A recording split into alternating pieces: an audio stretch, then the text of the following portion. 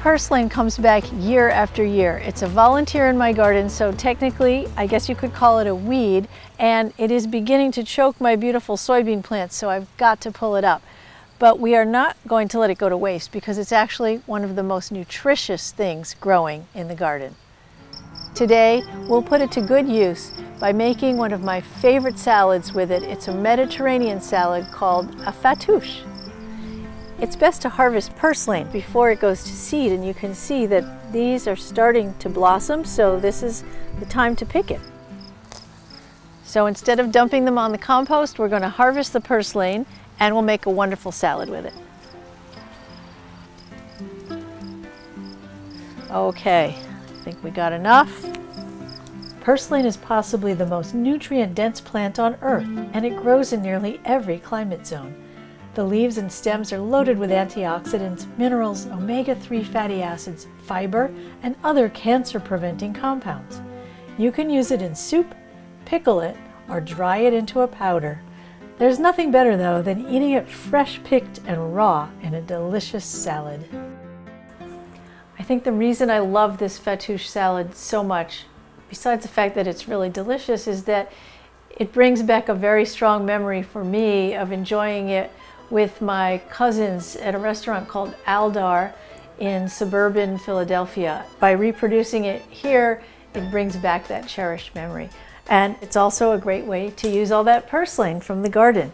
So the first step in making this salad, as in most salads, is we make the dressing because we don't want the greens and the other ingredients to be sitting there for longer than they have to. And this dressing is pretty simple, but it does have some special ingredients. It is a Mediterranean salad, of course, so olive oil is obligatory, about 3 tablespoons. And this is a delicious extra virgin olive oil. For salad, you want something that's first cold pressed. For cooking, you might use a different type, but for salad, this really is a flavorful oil. Then 2 tablespoons of lemon juice. I'm going to try not to let the pits get in. That's just about 2 even tablespoons. There is a little bit of seeds in there, so we'll screen it out. You could use a vinegar for this, but because it's a Mediterranean salad, I like to stick with those bright flavors, and that is the lemon juice. I've also zested the lemon that I used for the juice. I don't like to waste anything, so we're going to put the zest in there. It brings out the flavor of the lemon juice, and it really brightens everything. You can put a clove of garlic in this. I actually have a garlic allergy, so I'm not going to do that, and I am going to use chives instead. You could chop the chives with a knife, but you can get these beautiful tiny little bits when you use a nice sharp scissors. And I'm not measuring. You could put anywhere from 1 to 3 teaspoons of chives. They're not strong. They just give a really nice bit of a bite to it. And the very special ingredient for the fattoush salad is an herb called sumac. And this sumac has a really wonderful flavor that's kind of almost seaweedy, earthy tasting, but it's also very salty, and you can use it as a salt substitute. So we're going to put about a teaspoon of the sumac into the dressing. And the other special thing in this salad is something sweet. A lot of recipes call for a pomegranate molasses. I don't have that in my cupboard, so I have regular molasses. You could use honey, and I think I'm going to use a combination of this cider syrup, which is really sweet, and a little bit of the molasses, if I can get it to come out. Slow as molasses, as they say. Not too much, but it does have a really distinct flavor, so it's nice to put a little molasses in there. It's about a teaspoon. Same amount of the cider syrup. This is kind of special, was given to us as a gift from a friend. It's a small batch syrup made in Brooklyn. And it's summer and it's hot, so there's a very refreshing bit of mint in this salad. Recipes will say a teaspoon of dried mint. You usually need a little more of a fresh herb in relation to the amount that you would use dried. So I'm probably going to use about a tablespoon. And this we will chop.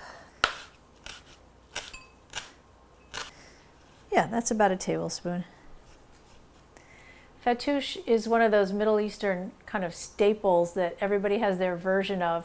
Sort of like here in New England, we all have a version of a Cobb salad we like to make. And I like to do a little bit of parsley.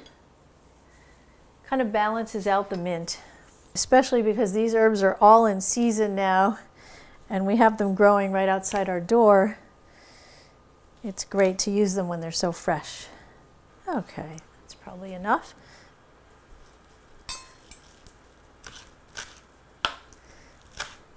And you can chop this as finely as you like. I like to do the chef technique where you just rotate it back and forth as you're going up and down. Gives it a pretty even chop. When you chop it like this, the scent of the herb really gets released immediately. It smells so fragrant. So we'll put the parsley in, and then I like to use a good flaky salt. You could use kosher salt. This is a sea salt with no preservatives, about a teaspoon.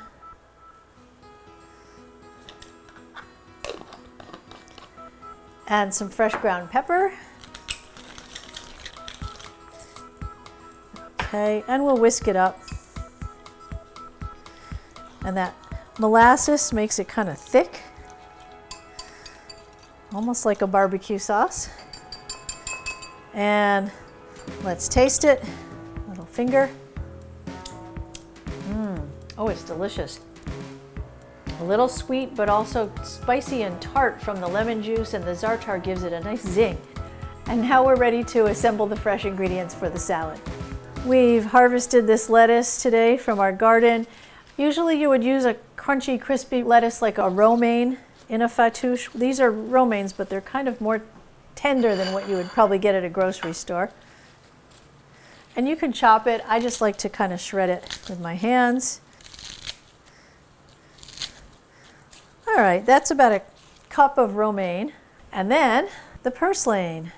You can use these stems to make pickles, but they're a little bit tough to put in a salad and eat raw. So what we do is we just pick off the little ends, and this is exactly the best time to harvest it before they go to seed. There's no flowers coming yet, so it's still tender. It'll have a more delicate flavor. If you wait too long, it can get kind of tough. And since it's so nutritious, it's good to use a lot of it in the salad. Maybe 50-50 purslane and romaine is a good proportion. There we go. Then we got to give it a bit of color. We've got these beautiful rainbow radishes. Most people throw away the end of the radish, and in fact, if you add this to your salad, it helps you digest the radish, which can be a difficult vegetable to digest, but there are enzymes in the tip that will help you digest it. And then we'll do the same with tomatoes. Just about the right amount for 2 servings. And there's one more very special ingredient in the fattoush salad. Usually what you would do is tear up a pita bread, and then you could toast it. You could fry it in a frying pan if you want to be very traditional. But we've got our own special ingredient. These are crackers made from sourdough discards, and they work really well as the crunchy element of the fattoush salad. We're going to show you how to make these.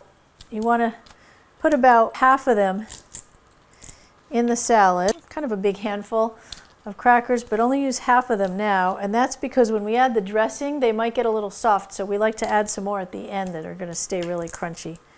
And another Middle Eastern touch are these beautiful little baby Persian cucumbers. You use these in tabbouleh, very common ingredient from that part of the world. I like to add a little extra parsley. This salad can't suffer from too much parsley. So there's some in the dressing, and then I put some directly into the salad. These I'm leaving a little bit more coarse. One last thing that I put on for seasoning. This is a Lebanese Zartar, which is actually a spice blend. It contains oregano and thyme. It has some sumac in it as well, but it's nice to add a little zing to it at the end. So we'll sprinkle that on. And you can also serve it as a condiment for people who want a little extra. And let's whisk the dressing up again. And put in about half of it. Toss it. And to top it off, we can crack some more of these crispy crackers, sourdough, so they'll retain their crispness and their crunch. And that's it. We're ready to serve our delicious Mediterranean fattoush salad.